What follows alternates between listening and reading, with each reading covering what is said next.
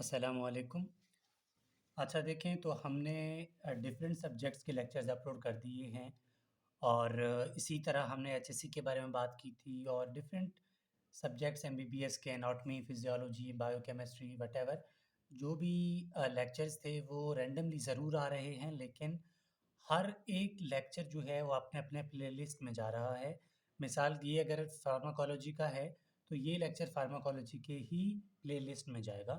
तो आप लोग जब भी टॉपिक सर्च करें तो प्लीज़ प्लेलिस्ट के थ्रू चेक करें, आपको टॉपिक मिल जाएगा।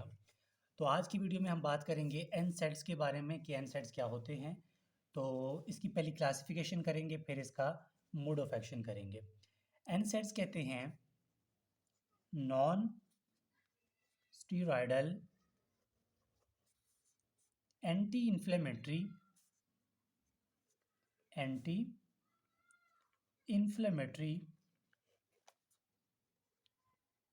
ड्रग्स। यानी ये एक ऐसे ड्रग्स होते हैं जो कि नॉन स्टीरॉयडल हैं, स्टीरॉयड्स नहीं हैं, ठीक है। लेकिन फिर भी वो क्या करते हैं, एंटी इन्फ्लेमेटरी काम करते हैं, इन्फ्लेमेशन को कम करते हैं। अब इन्फ्लेमेशन कम तो करते हैं, लेकिन इन्फ्लेमेशन है क्या, ठीक है। इन्फ्लेमेशन कहते हैं कि response of the body by मतलब वो स्टिमुलस है बॉडी का, जब कोई इंजरी हो तो बॉडी उसके अगेंस्ट कोई रिस्पॉन्स शो करे, उसको इन्फ्लेमेशन कहते हैं। तो हमने क्या करना है, non steroid anti inflammatory drugs की क्लासिफिकेशन करनी है, फिर हमने उसका मोड ऑफ एक्शन देखना है। तो सबसे पहले स्टार्ट करते हैं इसकी क्लासिफिकेशन। तो इसकी क्लासिफिकेशन दो तरह से होगी, ठीक है। पहला हम इसको नाम देते हैं नॉन सिलेक्टिव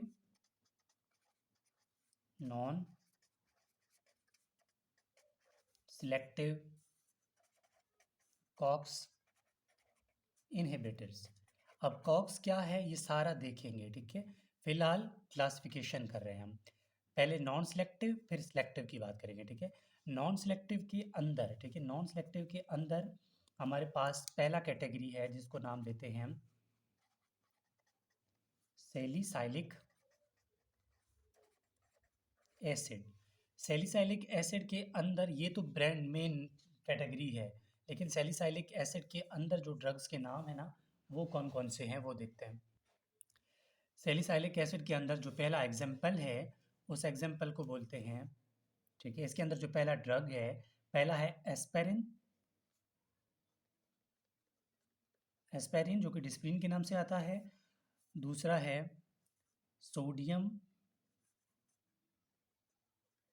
सैलिसाइलेट, ठीक है, सोडियम सैलिसाइलेट। एंड तीसरा है बीनोराइलेट। ये तीन ड्रग आते हैं सैलिसाइलिक एसिड के अंदर, ठीक है। अब दूसरा कैटेगरी है इसी के अंदर, मतलब नॉन सेलेक्टिव के अंदर, पहला तो ये हुआ। दूसरा है जिसको बोलते हैं acetic acid derivatives. Acidic acidic acid derivatives. अब एसिडिक एसिड डेरिवेटिव्स के अंदर जो पहला ड्रग है, इसको बोलते हैं डाइक्लोफेन। डाइक्लोफेनिक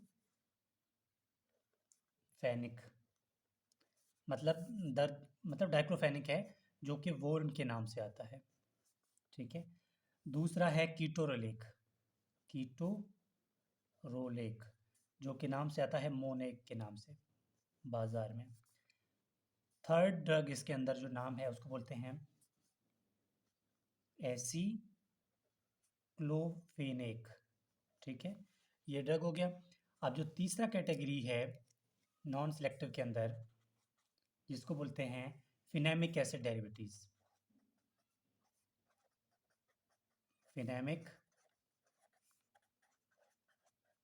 एसिड डेरिवेटिव्स, ठीक हो गया।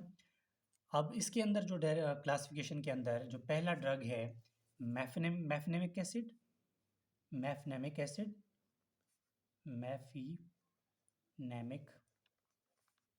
एसिड किसके नाम से आता है, पोनिस्टान के नाम से, ठीक हो गया। जो पहला दूसरा है इसको बोलते हैं मीकुलो फिनेमिक एसिड। और फोर्थ कैटेगरी के अंदर इसको नाम देते हैं इनोलिक एसिड्स, ठीक है। Enolic acid. अब इनोलिक एसिड के अंदर जो ड्रग आते हैं वो दो ही होते हैं, जिसको नाम देते हैं पेरोक्सिकेन एंड मिलॉक्सिकेन। पेरोक्सिकेम, दूसरा है मिलॉक्सिकेम। ठीक हो गया। पेपर में ये मैं ब्रॉड कैटेगरी बता रहा हूँ आपको, ठीक है, एक दो याद कर लेना आपके लिए काफ़ी है। तो नंबर 5, ठीक है, जिसको हम नाम देते हैं ब्रॉड 5 के अंदर जो इसका नाम है para amino, para amino phenol derivatives. सबको पता है कि ये क्या है, ये है पैरासीटामोल, जो कि पैनाडोल के नाम से आता है। ठीक हो गया। और लास्ट जिसका है नंबर 6, इसको बोलते हैं प्रोपियोनिक एसिड। प्रोपियोनिक एसिड जो कि है आइबोप्रोफेन, आइबोप्रोफेन एंड कीटोप्रोफेन,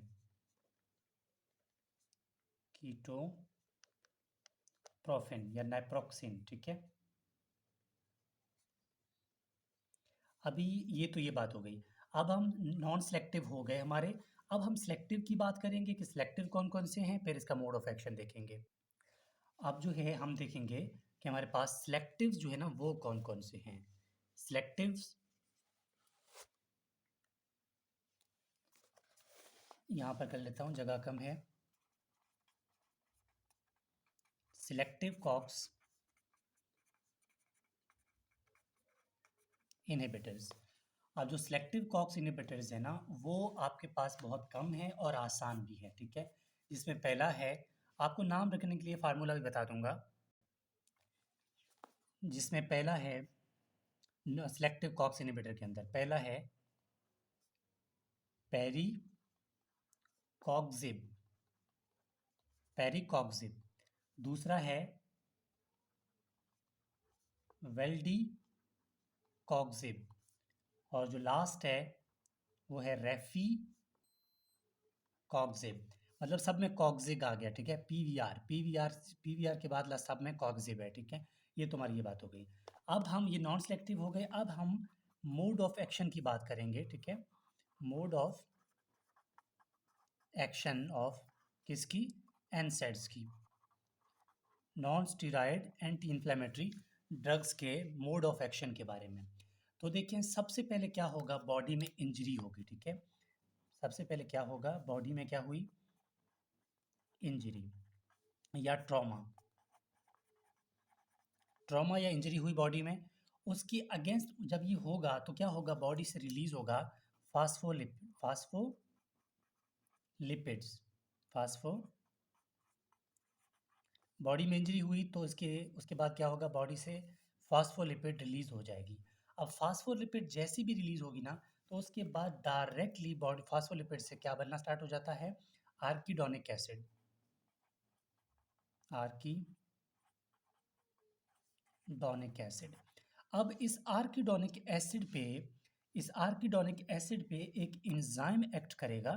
ठीक है। एक एंजाइम इस पे एक्ट करेगा और ये एंजाइम का नाम क्या है, ठीक है, ये एंजाइम इस पे एक्ट करेगा। जब ये एक्ट करेगा ना, कॉक्स इसका नाम है, पूरा नाम क्या है, साइक्लोऑक्सीजिनेज। ठीक है। Cyclooxygenase, cyclooxygenase. ये कॉक्स या साइक्लोऑक्सीजिनेज इस पे एक्ट करेगा, तब ये आर्किडोनिक एसिड जो है कन्वर्ट हो जाएगा प्रोस्टाग्लैंडिन्स के अंदर। ठीक है। और प्रोस्टाग्लैंडिन्स क्या करेगा, पेन एंड स्वेलिंग काज करेगा। ठीक है। अब हम क्या ड्रग दे रहे हैं, अब हम दे रहे हैं non steroid anti inflammatory drugs. अब ये एनसैड्स क्या करेंगे, ये एनसैड्स ब्लॉक करेंगे। ठीक है। ब्लॉक करेंगे इस एंजाइम को, कॉक्स एंजाइम को। जब ये ब्लॉक होगा तो आर्किडोनिक एसिड प्रोस्टाग्लैंडिन्स के अंदर कन्वर्ट ही नहीं होगा। जब कन्वर्ट नहीं होगा तो पेन भी नहीं होगी और स्वेलिंग भी नहीं होगा। तो इसीलिए बोलते हैं जब भी कोई चोट आ जाए, जब भी कोई ऐसा प्रॉब्लम आ जाए तो ब्रोफेन या इस तरह की टैबलेट्स इसलिए दिया जाता है ताकि पेन ना हो, स्वेलिंग ना हो। तो ये है हमारे पास पूरा डिटेल ऑफ एनसेड्स का, कि एनसेड्स क्या होते हैं, इनकी क्लासिफिकेशन क्या है और इनका मोड ऑफ एक्शन क्या है। तो कोई भी कन्फ्यूजन हो तो इस व्हाट्सएप के थ्रू आप मुझसे कांटेक्ट कर सकते हैं। मेरा नाम मोहम्मद नबील है और मैं फाइनल ईयर एमबीबीएस का स्टूडेंट हूँ, लोरेलाई मेडिकल कॉलेज का, जो कि बलूचिस्तान में है। तो ये बहुत आसान सा टॉपिक है, कोई भी कन्फ्यूजन हो तो आप लोग पूछ सकते हैं। तो पेपर में अगर आ जाए तो इसी तरह आप लिख दें तो कोई आपका नंबर नहीं काटेगा। और ये बहुत इम्पॉर्टेंट, बहुत ज़्यादा इम्पॉर्टेंट है, क्योंकि ये डेली लाइफ में यूज़ होते हैं। तो ये है हमारे पास एनसर्ट्स की सारी डिटेल्स।